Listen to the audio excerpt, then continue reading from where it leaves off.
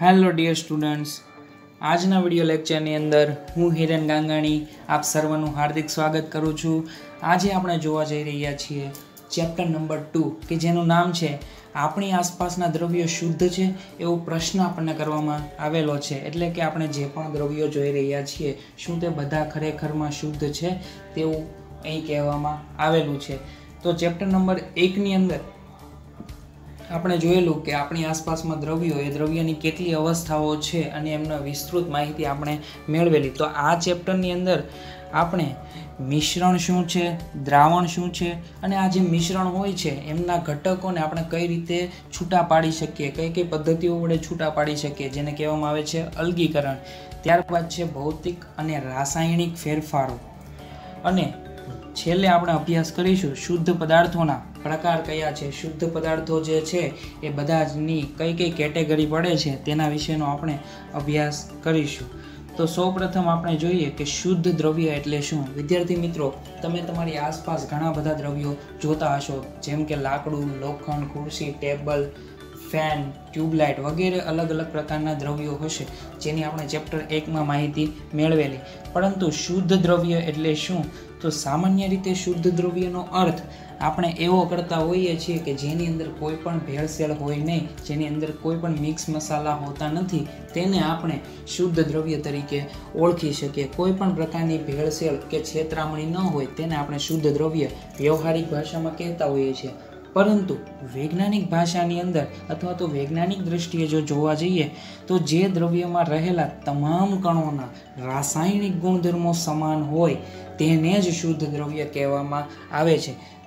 વૈજ્ઞાનિક દ્રષ્ટિએ જે દ્રવ્યમાં રહેલા તમામ કણોના રાસાયણિક ગુણધર્મો સમાન હોય તેને શુદ્ધ દ્રવ્ય કહેવામાં આવે છે। જેમ કે આપણે ઉદાહરણ તરીકે મીઠું લઈએ તો મીઠાનો દરેકે દરેક કણ શુદ્ધ હશે, કારણ કે મીઠાનો દરેક કણ એક સમાન રાસાયણિક ગુણધર્મો ધરાવતો હશે। એક મીઠાનો કણ જો સ્વાદમાં ચાખવામાં આવે તો તે ખારો લાગશે, તેવી જ રીતે જો બીજો મીઠાનો કણ પણ લેવામાં આવે તો તે પણ આપણને સ્વાદે ખારો લાગશે। એટલે કે મીઠું જે દ્રવ્યમાંથી બનેલું છે તે દ્રવ્યના બધા જ કણો એક સમાન રાસાયણિક ગુણધર્મ ધરાવે છે, તેને આપણે શુદ્ધ દ્રવ્ય તરીકે ઓળખી શકીએ। તેવા પદાર્થોને આપણે શુદ્ધ પદાર્થો તરીકે કન્સિડર કરી શકીએ। ત્યારબાદ છે શુદ્ધ દ્રવ્યની લાક્ષણિકતાઓ જણાવો। શુદ્ધ દ્રવ્ય, હવે આપણે શુદ્ધ દ્રવ્ય વિશે અભ્યાસ તો કર્યો, પરંતુ શુદ્ધ દ્રવ્ય કેવી કેવી લાક્ષણિકતાઓ ધરાવતા હોય છે તે જોવાનું છે। તો કે છે આ તમને ચિત્રમાં જે દેખાય છે ફોટો, એ ફોટાની અંદર કોઈ પણ એક દ્રવ્યના જુદા જુદા કણો લેવામાં આવેલા છે। તો કોઈ એક શુદ્ધ દ્રવ્ય એક જ પ્રકારના કણોનું બનેલું હોય છે। ચિત્રમાં તમે જોઈ શકો છો કે બધા જ કણો એક સરખો આકાર, એક સરખી સાઇઝ અને એક સમાન રંગ ધરાવે છે, તો એ શુદ્ધ દ્રવ્ય તરીકે કન્સિડર કરી શકીએ, કારણ કે શુદ્ધ દ્રવ્ય એક જ પ્રકારના કણોનું બનેલું તમે આ ચિત્રમાં જોઈ શકો છો। આ દ્રવ્ય પદાર્થોને ભૌતિક પ્રક્રમ દ્વારા અન્ય પ્રકારના દ્રવ્યોમાંથી અલગ કરી શકાતા નથી। એટલે કે આ જે દ્રવ્યો હોય છે તેમને આપણે અલગ કરી શકતા નથી, ભૌતિક પ્રક્રિયાઓ દ્વારા અલગ કરી શકતા નથી। શુદ્ધ દ્રવ્યનું બંધારણ સમગ્ર રીતે એક સમાન હોય છે। હવે આ શુદ્ધ દ્રવ્યો જે હોય છે એ બધી જ જગ્યાએ એક સરખા જોવા મળે છે। તમે જોઈ શકો છો ચિત્રની અંદર બધા જ જે કણો છે એ બધા જ કણોનો આકાર, કદ, રંગ, રૂપ બધું જ એક સરખું છે, એટલે કે એક સમાન હોય છે। તેમનું બંધારણ બધી જ જગ્યાએ એક સમાન રહેલું હોય છે। આ દ્રવ્યના પ્રાપ્તિ સ્થાનો ભલે ગમે તે હોય, પરંતુ તેના ગુણધર્મો એક સમાન રહે છે। તમે ગમે તે જગ્યાએથી એ દ્રવ્ય લઈ આવો, પરંતુ તેના ગુણધર્મો એક સમાન રહે છે। જેમ કે લોખંડ છે, એ તમે કોઈ પણ જગ્યાએથી લોખંડ લઈ આવો, પરંતુ એ લોખંડ ધાતુના ગુણધર્મો ધરાવતું હશે, એ લોખંડને કાટ લાગી શકશે, એ લોખંડમાંથી વિદ્યુતનું વહન થઈ શકશે વગેરે જેવા ગુણધર્મો સમાન રહેશે। એટલે કે લોખંડ તમે ઇન્ડિયામાંથી લઈ આવો, પાકિસ્તાનમાંથી લઈ આવો કે કોઈ પણ જગ્યાએથી લઈ આવો, પરંતુ એ લોખંડના દ્રવ્યના બધા જ ગુણધર્મો બીજા લોખંડના ગુણધર્મોને મળતા આવે છે। આમ આ શુદ્ધ દ્રવ્યોની લાક્ષણિકતા વિશેનો આપણે અભ્યાસ કર્યો। હવે આપણે જોવાનું છે કે મિશ્રણ એટલે શું અને તેના ઉદાહરણો પણ આપણે જોઈશું। બે અથવા તો બે કરતાં વધારે પ્રકારના શુદ્ધ તત્વો અથવા સંયોજનો કોઈ પણ પ્રમાણમાં ભેગા કરવાથી મળતા પદાર્થોને મિશ્રણ તરીકે ઓળખીશું.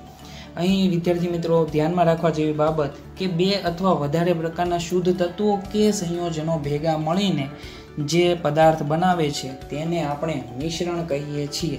જેમ કે કોઈ વ્યક્તિને શરબત બનાવવું હોય તો એ શરબત માટે પહેલાં પાણી લેશે, તેમાં બીજો પદાર્થ એટલે એક પદાર્થ તરીકે પાણી, બીજા પદાર્થ તરીકે મીઠું નાખશે, ત્રીજા પદાર્થ તરીકે ખાંડ નાખશે, ચોથા પદાર્થ તરીકે લીંબુનો રસ નીચોવશે. તો આ રીતે 2 કે તેથી વધારે પદાર્થો ભેગા થવાથી જે પદાર્થ બનશે એ પદાર્થને આપણે મિશ્રણ તરીકે ઓળખીશું અને એ મિશ્રણ એટલે કે હશે શરબત. તો જ્યારે 2 અથવા વધારે પ્રકારના શુદ્ધ દ્રવ્યો અથવા તો શુદ્ધ તત્વો કે સંયોજનો કોઈ પણ પ્રમાણમાં ભેગા કરવાથી મળતા પદાર્થને મિશ્રણ કહે છે. કોઈ પણ પ્રમાણમાં ભેગા કરવાથી એટલે કે એમનું પ્રમાણ કોઈ નિશ્ચિત હોતું નથી. કોઈ વ્યક્તિને ગળ્યો ટેસ્ટ વધારે પસંદ હોય તો એ ખાંડનું પ્રમાણ વધારી શકે છે. કોઈ વ્યક્તિને ખારાપણાનું ટેસ્ટ વધારે પસંદ હોય તો એ થોડુંક મીઠું વધારી શકે છે, પરંતુ એ શરબત જ બનશે. આખરે તો એ શરબત જ બનશે. એટલે એમાં તત્વોનું પ્રમાણ કોઈ નિશ્ચિત હોતું નથી. દાખલા તરીકે દૂધ એ પાણી, ચરબી અને પ્રોટીન આમ 3 દ્રવ્યોનું બનેલું છે. પાણી, ચરબી અને પ્રોટીનનું બનેલું મિશ્રણ છે. આપણે વ્યાખ્યામાં જોયું કે 2 અથવા 2 થી વધારે પ્રકારના શુદ્ધ તત્વો એટલે કે પાણી પહેલું તત્વ, બીજું ચરબી અને ત્રીજું છે પ્રોટીન. આ બધા ભેગા મળ્યા ત્યારે દૂધ કે જેને આપણે મિશ્રણ તરીકે ઓળખી શકીએ. ચિત્રમાં તમે જોઈ શકો છો કે 2 પ્રકારના તત્વો ભેગા મળેલા છે. એક ગ્રીન તત્વ અને બીજું છે પિંક તત્વ. આ બંને ભેગા મળીને એક પ્રકારનું મિશ્રણ તૈયાર કર્યું છે. બીજું ઉદાહરણ છે કે દરિયાનું પાણી એ ખનિજો અને માટીનું મિશ્રણ છે. દરિયાનું જે પાણી હોય છે એ ખનિજો અને માટીનું મિશ્રણ છે. કારણ કે દરિયાનું પાણી તમે જોશો તો આછા બ્રાઉનિશ કલરનું તમને દેખાયેલું માલુમ પડશે. તો એની અંદર પાણી તો હશે જ, પરંતુ કેટલીક ખનિજો, સોડિયમ જેવી ખનિજો અને કેલ્શિયમ જેવી પણ ખનિજો હોય છે. તે ઉપરાંત માટી પણ અમુક અંશે દ્રાવ્ય થયેલી હોય છે. આમ 2 કે તેથી વધારે પદાર્થોનું કોઈ નિશ્ચિત પ્રમાણ નહીં, પરંતુ કોઈ પણ પ્રમાણમાં ભેગા થવાથી જે વસ્તુ બને છે, જે પદાર્થ બને છે તેને આપણે મિશ્રણ કહીએ છીએ. મિશ્રણ એક કરતાં વધુ પદાર્થોનું બનેલું હોય છે.